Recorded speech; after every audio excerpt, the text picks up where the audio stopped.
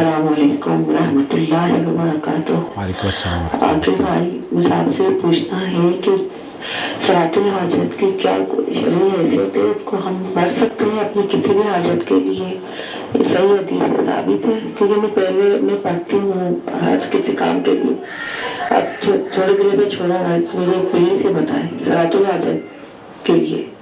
جزاک اللہ خیر۔ نحمدہ ونصلی علی رسولہ الکریم، اما بعد۔ آپ دیکھ رہے ہیں نو ٹی وی جدہ اور میں ہوں آپ کا دوست، آپ کا ہوسٹ محمد عاقل۔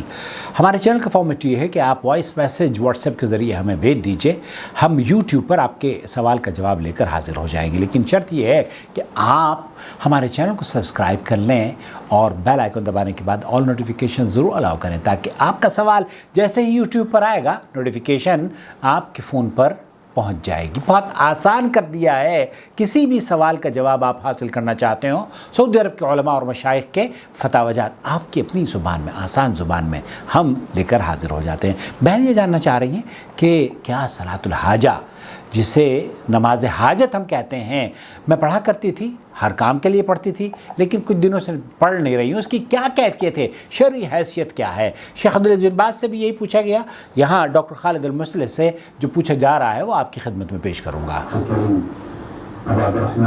ابو عبد الرحمن ہے، وہ یہ جاننا چاہ رہے ہیں کہ صلاۃ الحاجہ کیا چیز ہے؟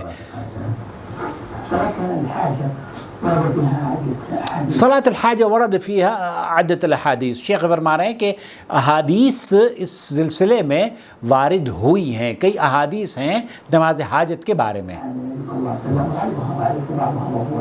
بہت ساری حدیثیں ہیں، لیکن ان احادیث میں سے کوئی بھی صحت کے اعتبار سے صحیح نہیں ہے، بہت سی ضعیف ہیں، اور ضعیف کے ساتھ ساتھ بہت ساری تو ایسی ہیں جو کہ جھوٹی اور موضوع روایات ہیں۔ اس ضمن میں کوئی بھی چیز نبی کریم صلی اللہ علیہ وسلم سے نماز حاجت نام کی نماز کے بارے میں وارد نہیں ہے۔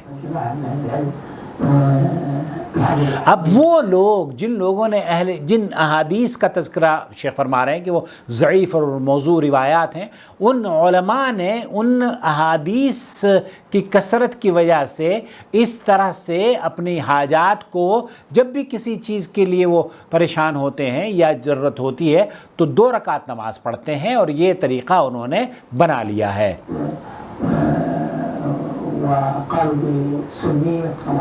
اور انہوں نے ان ضعیف اور موضوع روایات سے ان حدیثوں کی وجہ سے اس کی سنیت کا اختیار یا حکم دے دیا ہے کہ یہ جناب نماز حاجت مسنون عمل ہے۔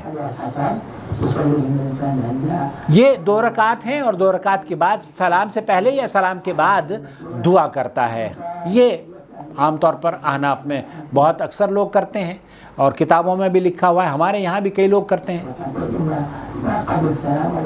قبل السلام و بعد السلام اس پہ دعائیں بھی مانگی جاتی ہیں۔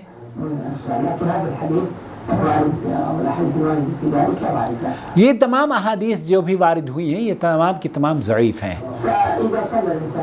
لیکن اذا صلی الانسان رکعتین، کیونکہ اللہ تعالیٰ قرآن کریم میں فرماتا ہے نا واستعینوا بالصبر والصلاۃ، تو شیخ ابن باز رحمۃ اللہ علیہ نے بھی فرمایا کہ ایک آدمی اگر نماز پڑھتا ہے اور اپنے سجدے میں اور اپنے تشہد سلام سے پہلے نفل نماز میں بھی اللہ تعالیٰ سے اپنی حاجت طلب کرتا ہے تو اس میں کوئی ممانعت نہیں ہے، لیکن شیخ ابن باز نے مفتی مملکت سعودی عرب نے فرمایا کہ میرے علم میں کوئی ایسی نماز جس کو نماز حاجت کہتے ہوں قرآن اور حدیث میں وارد نہیں ہوئی ہے۔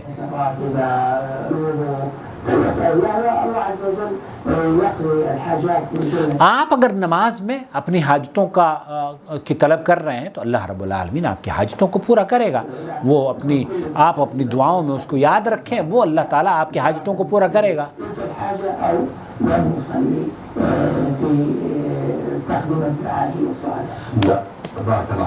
بارک اللہ فیکم۔ تو خلاصہ کلام یہ ہوا کہ نماز استخارہ تو موجود ہے، 2 رکعت پڑھے اور پھر استخارے کی دعا کریں کسی بھی کام کے لیے، اللہ تعالیٰ اس میں آسانی فرما دے گا۔ لیکن نماز اگر آپ پڑھتے ہیں 2 رکعت اور پھر اس میں اپنے رب سے دعا مانگتے ہیں کہ اللہ میرے چینل کو پروان چڑھا دے میرے چینل سے، لوگوں کی گمراہی دور کر دے میرے چینل کو اللہ رب العالمین، ایسے سپورٹر دلا دے جو کہ اس کو جوائن ممبرشپ کے ذریعے سپورٹ کر سکیں۔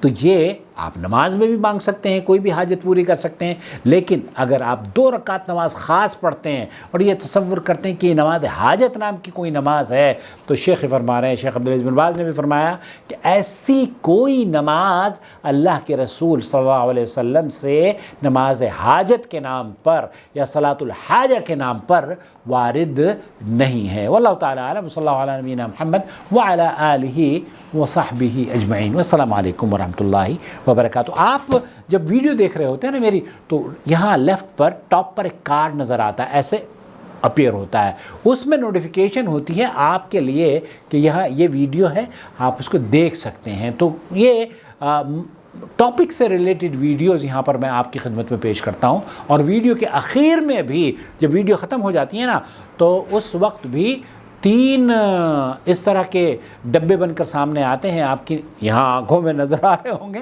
تو وہ ان ویڈیوز کو بھی آپ دیکھ لیا کریں اور اپنے کمنٹس سے ضرور نوازا کریں، لائک بھی ضرور کیا کریں، اور سوال بھیجنے میں مجھے شارٹ سوال ہو، کلیئر سوال ہو، مجھے کوئی پریشانی نہیں ہے، میں انشاءاللہ آپ کے سوالوں کے جوابات دیتا رہوں گا۔ والسلام علیکم ورحمۃ اللہ وبرکاتہ۔